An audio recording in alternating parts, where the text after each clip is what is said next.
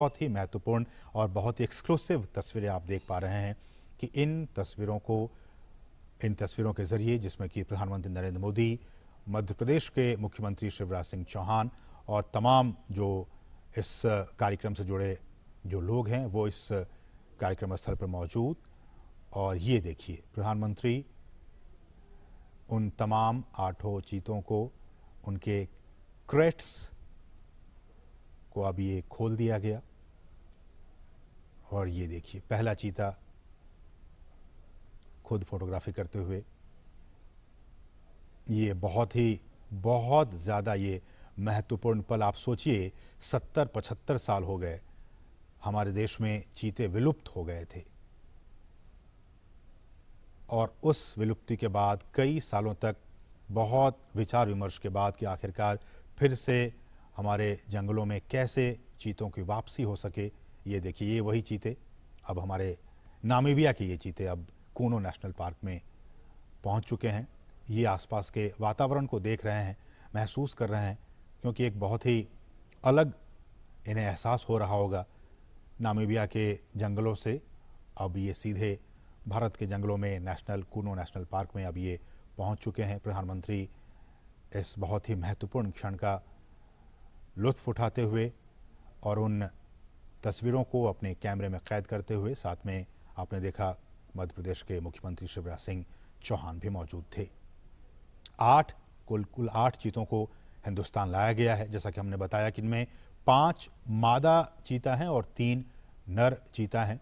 इन 8 चीतों को आपने देखा, प्रधानमंत्री ने विशेष जो क्रेट्स थे उन क्रेट्स को खोल दिया गया और फिर वो सभी 8 चीते अब मुक्त हो चुके हैं। लेकिन ये अभी जंगलों में नहीं जाएंगे, ये एक बहुत ही ख़ास एरिया बनाया गया है।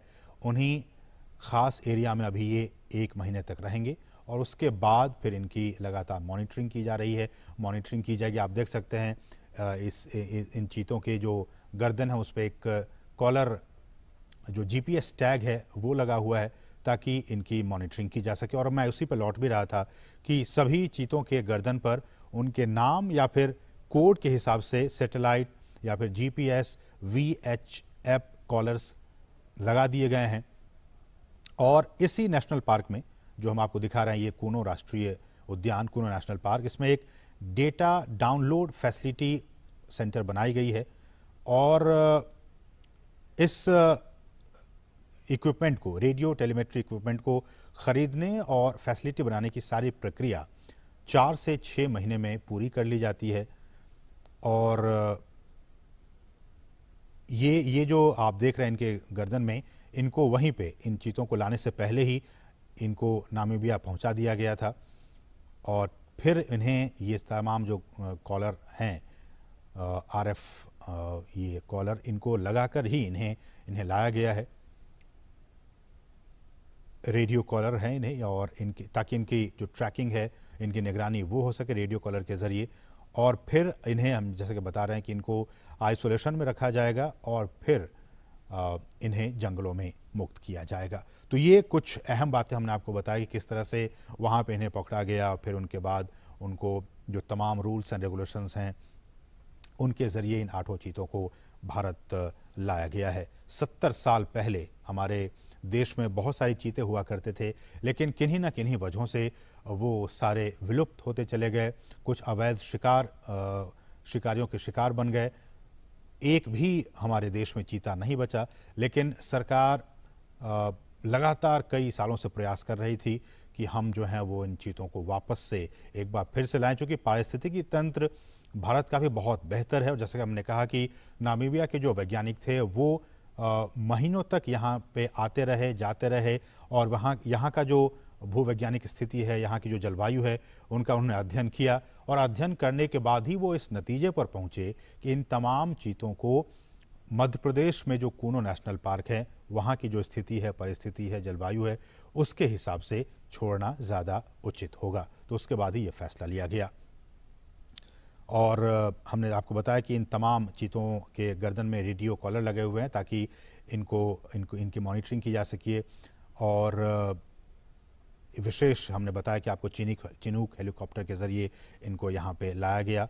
और प्रधानमंत्री मोदी आप देख सकते हैं इनको विशेष जो क्रेट्स थे उनको खोलकर और प्रधानमंत्री ने इनको खुद वहाँ मुक्त किया, वो वहाँ पे अब विचरण कर रहे हैं।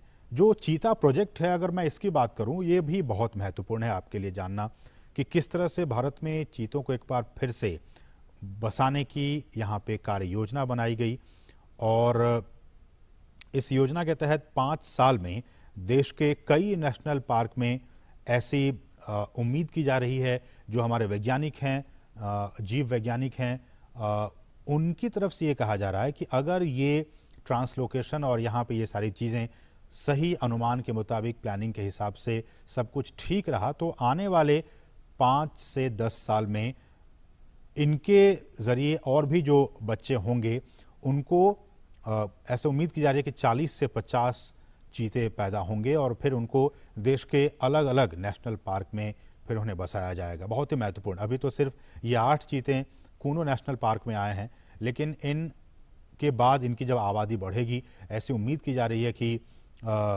40 से 50 के तादाद में इनकी आबादी होगी आने वाले 5 सालों में। तो उसके बाद इनको फिर देश के अलग अलग नेशनल पार्क में फिर इन चीतों को बसाने का काम किया जाएगा। और इस कार्य योजना के ज़रिए जैसा कि हम कह रहे हैं कि भारत एक बार फिर दुनिया के सबसे तेज़ रफ्तार वाले जानवर चीता का घर अब बनने जा रहा है और भारत सरकार ने चीतों को फिर से देश के जंगलों में लाने का काम किया है, बहुत ही महत्वपूर्ण काम किया है।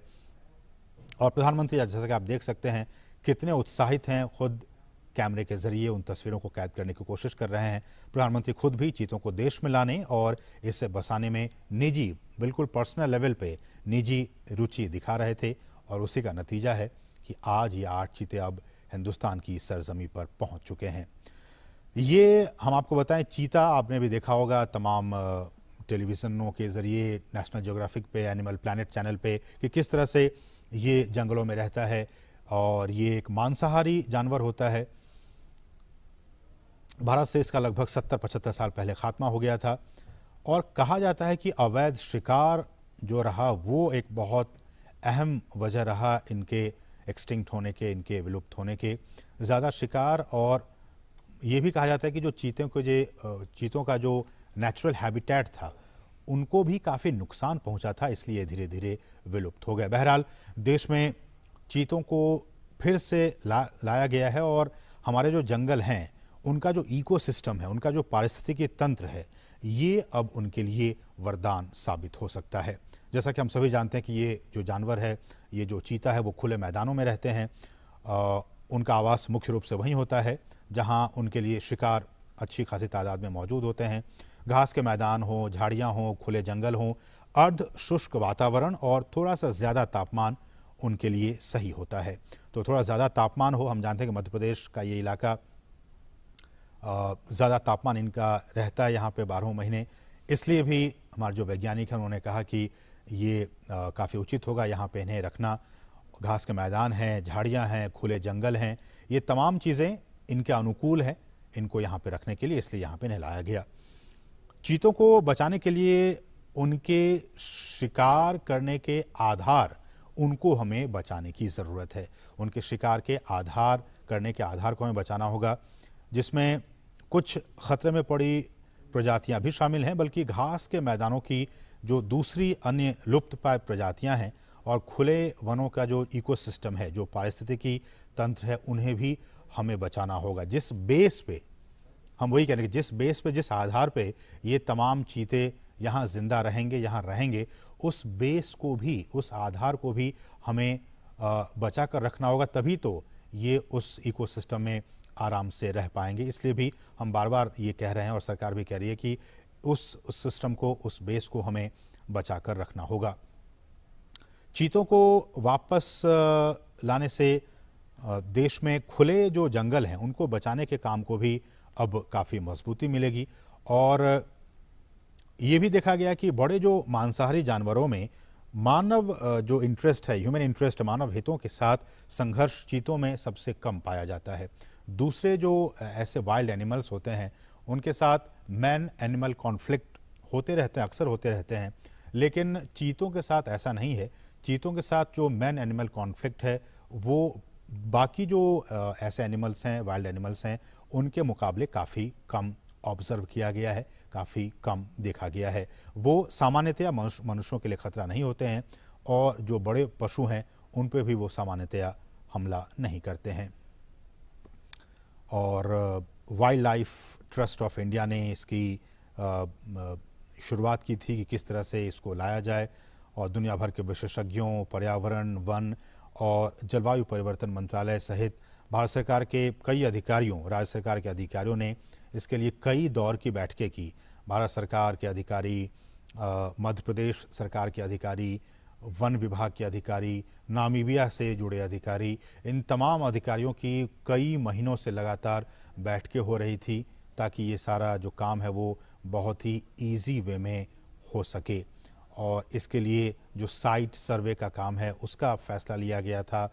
और हालांकि इसके बाद ये भी खबरें आई कि वैसे राज्यों में इन्हें छोड़ा जाए जहां की पहले से चीता पाए जाते थे और उन्हें ही प्रायोरिटी बेसिस पर उन राज्यों को सिलेक्ट किया जाए। तो उसके बाद नाम आया, गुजरात का नाम आया, राजस्थान का नाम आया, छत्तीसगढ़ का नाम आया, मध्य प्रदेश का नाम आया कि ये ऐसे राज्य हैं जहां की आज से 70 साल पहले चीता पाए जाते थे।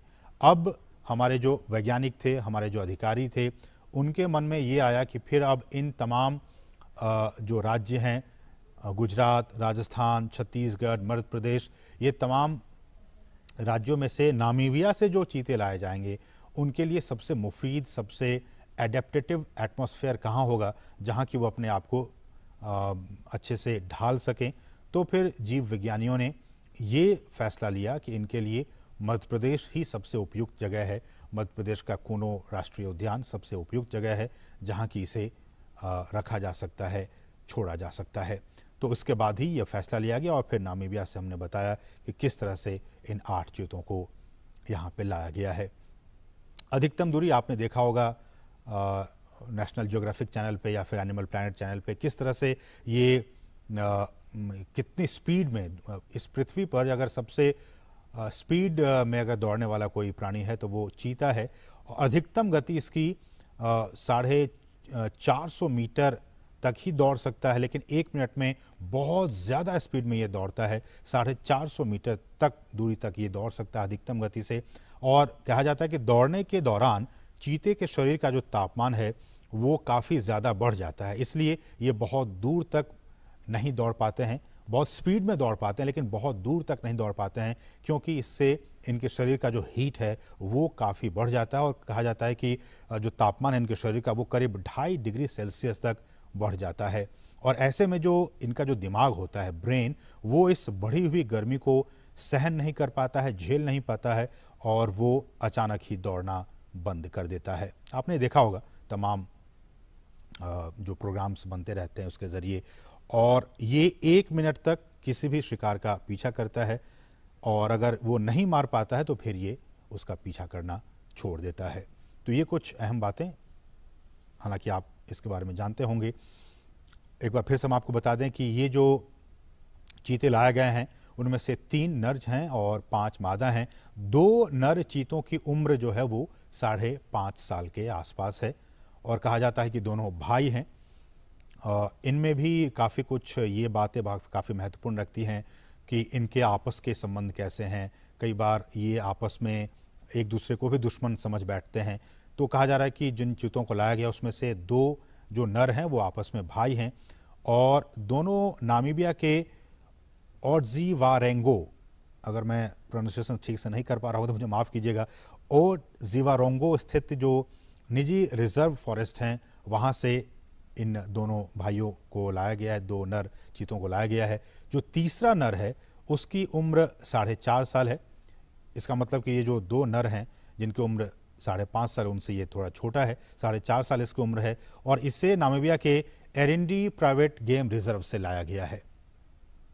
और 5 मादा चीतों में से एक 2 साल का है, 2 साल की है, एक 2.5 साल की है, एक 3 से 4 साल की, तो 2 जो है वो 5-5 साल की हैं। तो 2 जो मादा चीता है वो 5-5 साल की उनकी उम्र है और एक 2 साल की है, एक 2.5 साल की और एक जो है वो 3 से 4 साल के बीच की इनकी उम्र है। और जैसा कि हमने कहा कि ये 30 दिनों तक पीएम मोदी ने 3 चीतों को पार्क में छोड़ दिया है। ये हम आपको ताज़ा अपडेट बता रहे हैं। 8 में से 3 चीतों को पार्क में छोड़ा जा चुका है। प्रधानमंत्री नरेंद्र मोदी ने बाड़े में छोड़े गए इन चीतों की तस्वीरें ली, आपने देखा इन तस्वीरों के ज़रिए।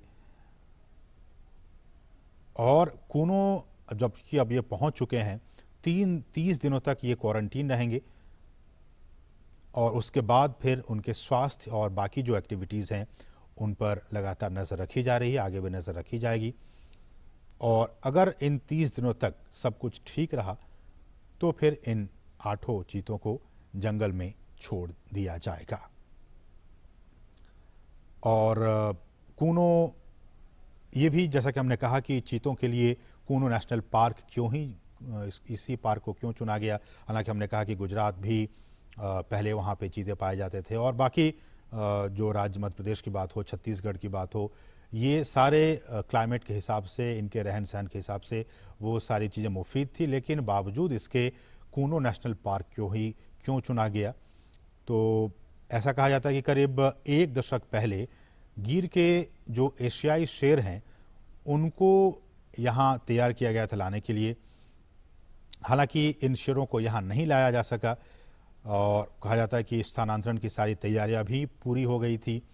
शेर के शिकार के लिए जैसा कि आप जानते हैं कि चीतल हो, संभल, ऐसे जानवरों को भी यहाँ पे स्थानांतरित किया गया था। लेकिन शेर के लिए की गई तैयारी अब इन चीतों के लिए, ये जो 8 चीते हैं उनके स्थानांतरण के लिए अब काम आ जाएगी। और मध्य प्रदेश सरकार भी काफ़ी एक्टिव थी। उन्होंने कूनो के अलावा मध्य प्रदेश के ही नौरादेही वन्य अभ्यारण्य हो या फिर राजस्थान में भैंसोड़गढ़ हो वन्य जीव परिसर, इन तमाम राज्य सरकारों की तरफ से भी वैज्ञानिक आकलन कराया गया था और आकलन के बाद ही कूनो नेशनल पार्क में इन्हें छोड़ने का फैसला लिया गया।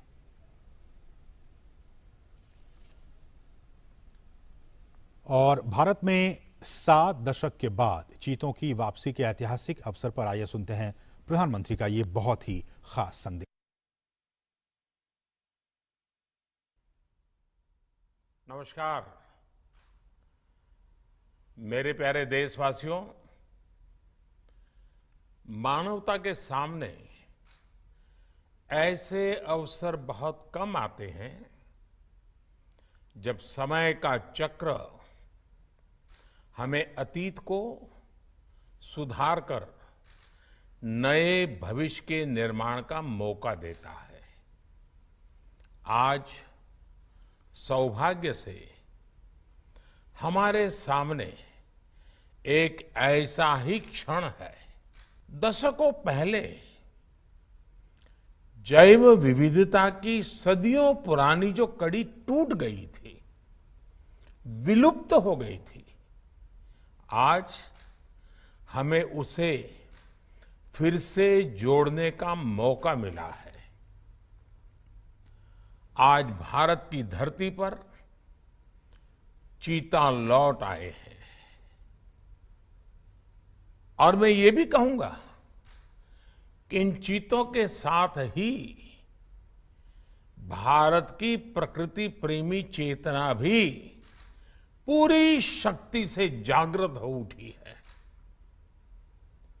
मैं इस ऐतिहासिक अवसर पर सभी देशवासियों को बहुत बहुत बधाई देता हूं। विशेष रूप से मैं हमारे मित्र देश नामीबिया और वहां की सरकार का भी धन्यवाद करता हूं, जिनके सहयोग से दशकों बाद चीते भारत की धरती पर वापस लौटे हैं। मुझे विश्वास है ये चीते न केवल प्रकृति के प्रति हमारी जिम्मेदारियों का बोध कराएंगे, बल्कि हमारे मानवीय मूल्यों और परंपराओं से भी अवगत कराएंगे। साथियों, जब हम अपनी जड़ों से दूर होते हैं तो बहुत कुछ खो बैठते हैं। इसलिए ही आजादी के इस अमृत काल में हमने अपनी विरासत पर गर्व और गुलामी की मानसिकता से मुक्ति जैसे पंच प्राणों के महत्व को दोहराया है। पिछली सदियों में हमने वो समय भी देखा है जब प्रकृति के दोहन को शक्ति प्रदर्शन और आधुनिकता का प्रतीक मान लिया गया था। 1947 में जब देश में केवल आखिरी 3 चीते बचे थे तो उनका भी साल के जंगलों में निष्ठुरता और गैर जिम्मेदारी से शिकार कर लिया गया। ये दुर्भाग्य रहा कि हमने 1952 में चीतों को देश से विलुप्त तो घोषित कर दिया, लेकिन उनके पुनर्वास के लिए दशकों तक कोई सार्थक प्रयास नहीं हुआ।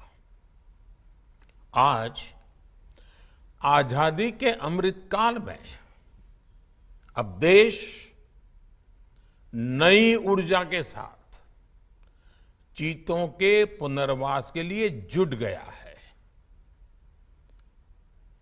अमृत में तो वो सामर्थ्य होता है जो मृत को भी पुनर्जीवित कर देता है। मुझे खुशी है कि आजादी के अमृत काल में कर्तव्य और विश्वास का ये अमृत हमारी विरासत को, हमारी धरोहरों को और अब चीतों को भी भारत की धरती पर पुनर्जीवित कर रहा है। इसके पीछे हमारी वर्षों की मेहनत है। एक ऐसा कार्य राजनीतिक दृष्टि से जिसे कोई महत्व नहीं देता, उसके पीछे भी हमने भरपूर ऊर्जा लगाई। इसके पीछे एक विस्तृत चीता एक्शन प्लान तैयार किया गया। हमारे वैज्ञानिकों ने लंबी रिसर्च की, साउथ अफ्रीकन और नामीबियाई एक्सपर्ट के साथ मिलकर काम किया। हमारी टीम्स वहां गई, वहां के एक्सपर्ट भी भारत आए। पूरे देश में चीतों के लिए सबसे उपयुक्त क्षेत्र के लिए वैज्ञानिक सर्वे किए गए और तब कूनो नेशनल पार्क को इस शुभ शुरुआत के लिए चुना गया। और आज हमारी वो मेहनत परिणाम के रूप में हमारे सामने है। साथियों, ये बात सही है कि जब प्रकृति और पर्यावरण का संरक्षण होता है तो हमारा भविष्य भी सुरक्षित होता है, विकास और समृद्धि के रास्ते भी खुलते हैं। कूनो नेशनल पार्क में जब चीता फिर से दौड़ेंगे तो यहां का ग्रासलैंड इकोसिस्टम फिर से रिस्टोर होगा, बायोडायवर्सिटी और बढ़ेगी। आने वाले दिनों में यहां इको टूरिज्म भी बढ़ेगा, यहां विकास की नई संभावनाएं जन्म लेगी, रोजगार के अवसर बढ़ेंगे। लेकिन साथियों, मैं आज आपसे सभी देशवासियों से एक आग्रह भी करना चाहता हूं। कूनो नेशनल पार्क में छोड़े गए चीतों को देखने के लिए देशवासियों को कुछ महीने का धैर्य दिखाना होगा, इंतजार करना होगा। सहयोग करना होगा। आज ये चीते मेहमान बनकर आए हैं, इस क्षेत्र से अनजान है। कूनो नेशनल पार्क को ये चीते अपना घर बना पाए, इसके लिए हमें इन चीतों को भी कुछ महीने का समय देना होगा। अंतर्राष्ट्रीय गाइडलाइंस पर चलते हुए भारत इन चीतों को बसाने की पूरी कोशिश कर रहा है। हमें अपने प्रयासों को विफल नहीं होने देना है। साथियों, दुनिया आज जब प्रकृति और पर्यावरण की ओर देखती है तो सस्टेनेबल डेवलपमेंट की बात करती है, लेकिन प्रकृति और पर्यावरण, पशु और पक्षी भारत के लिए एक केवल सस्टेनेबिलिटी और सिक्योरिटी के विषय ही सिर्फ है ऐसा नहीं है। हमारे लिए ये हमारी सेंसिबिलिटी और स्पिरिचुअलिटी का भी आधार है। हम वो लोग हैं जिनका सांस्कृतिक अस्तित्व सर्वम खल्विदम ब्रह्म इस मंत्र पर टिका हुआ है। अर्थात संसार में पशु, पक्षी, पेड़, पौधे, जड़, चेतन जो कुछ भी है वो ईश्वर का ही स्वरूप है, हमारा अपना ही विस्तार है। हम वो लोग हैं जो कहते हैं परम परोपकारार्थम यो जीवति सह जीवति, अर्थात खुद के फायदे को ध्यान में रख करके जीना वास्तविक जीवन नहीं है। वास्तविक जीवन वो जीता है जो परोपकार के लिए जीता है। इसलिए हम जब खुद भोजन करते हैं उसके पहले पशु पक्षियों के लिए अन्न निकालते हैं। हमारे आसपास रहने वाले छोटे से छोटे जीव की भी चिंता करना हमें सिखाया जाता है, बचपन से सिखाया जाता है। हमारे संस्कार ऐसे हैं कि कहीं अकारण किसी जीव का जीवन चला जाए तो हम अपराध बोध से भर जाते हैं। फिर किसी पूरी जीव जाति का अस्तित्व ही अगर हमारी वजह से मिट जाए, ये हमें कैसे स्वीकार हो सकता है? आप सोचिए, हमारे यहां कितने ही बच्चों को ये पता तक नहीं होता है कि जिस चीता के बारे में सुनकर वो बड़े हो रहे हैं वो उनके देश से पिछली शताब्दी में ही लुप्त हो चुके हैं। आज अफ्रीका के कुछ देशों में और ईरान में चीता पाए जाते हैं, लेकिन भारत का नाम उस लिस्ट से बहुत पहले हटा दिया गया था।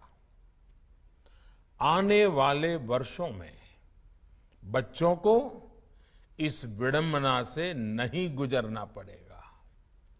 मुझे विश्वास है वो चीता को अपने ही देश में कूनो नेशनल पार्क में दौड़ता देख पाएंगे। चीता के जरिए आज हमारे जंगल और जीवन उसका एक बड़ा शून्य भर रहा है। साथियों, आज 21वीं सदी का भारत पूरी दुनिया को संदेश दे रहा है कि इकोनॉमी और इकोलॉजी कोई विरोधाभासी क्षेत्र नहीं है। पर्यावरण की रक्षा के साथ ही देश की प्रगति भी हो सकती है। ये भारत ने दुनिया को करके दिखाया है। आज एक और हम विश्व की तेजी से बढ़ती अर्थव्यवस्था में शामिल है, तो साथ ही देश के वन क्षेत्रों का विस्तार भी तेजी से हो रहा है। साथियों, 2014 में हमारी सरकार बनने के बाद से देश में करीब करीब 250 नए संरक्षित क्षेत्र जोड़े गए हैं। हमारे यहां एशियाई शेरों की संख्या में भी बड़ा इजाफा हुआ है। आज गुजरात देश में एशियाई शेरों का बड़ा क्षेत्र बनकर उभरा है। इसके पीछे दशकों की मेहनत, रिसर्च बेस्ड पॉलिसीज और जन भागीदारी की बड़ी भूमिका है। मुझे याद है, हमने गुजरात में एक संकल्प लिया था। हम जंगली जीवों के लिए सम्मान बढ़ाएंगे और संघर्ष घटाएंगे। आज उस सोच का प्रभाव परिणाम के रूप में हमारे सामने है। देश में भी टाइगर्स की संख्या को दोगुना करने का जो लक्ष्य तय किया गया था, हमने उसे समय से पहले हासिल किया है। असम में एक समय एक सींग वाले गैंडों का अस्तित्व खतरे में पड़ने लगा था, लेकिन आज उनकी भी संख्या में वृद्धि हुई है। हाथियों की संख्या भी पिछले वर्षों में बढ़कर 30,000 से ज्यादा हो गई है। भाई और बहनों, देश में प्रकृति और पर्यावरण के दृष्टिकोण से जो एक और बड़ा काम हुआ है, वो है वेटलैंड का विस्तार। भारत ही नहीं, पूरी दुनिया में करोड़ों लोगों का जीवन और उनकी जरूरतें वेटलैंड इकोलॉजी पर निर्भर करती हैं। आज देश में 75 वेटलैंड्स को रामसर साइट्स के रूप में घोषित किया गया है, जिनमें 26 साइट्स पिछले 4 वर्षों में ही जोड़ी गई हैं। देश के इन प्रयासों का प्रभाव आने वाली सदियों तक दिखेगा और प्रगति के नए पथ प्रशस्त करेगा। साथियों, आज हमें वैश्विक समस्याओं को, समाधानों को और यहां तक कि अपने जीवन को भी होलिस्टिक वे में देखने की जरूरत है। इसलिए आज भारत ने विश्व के ये LIFE, लाइफ यानी लाइफस्टाइल फॉर द एनवायरमेंट जैसा जीवन मंत्र दिया है। आज इंटरनेशनल सोलर अलायंस जैसे प्रयासों के द्वारा भारत दुनिया को एक मंच दे रहा है, एक दृष्टि दे रहा है। इन प्रयासों की सफलता दुनिया की दिशा और भविष्य तय करेगी। इसलिए आज समय है कि हम ग्लोबल चुनौतियों को दुनिया की नहीं, अपनी व्यक्तिगत चुनौती भी माने। हमारे जीवन में एक छोटा सा बदलाव पूरी पृथ्वी के भविष्य के लिए एक आधार बन सकता है। मुझे विश्वास है, भारत के प्रयास और परंपराएं इस दिशा में पूरी मानवता का पथ प्रदर्शन करेगी, बेहतर विश्व के सपने को ताकत देगी।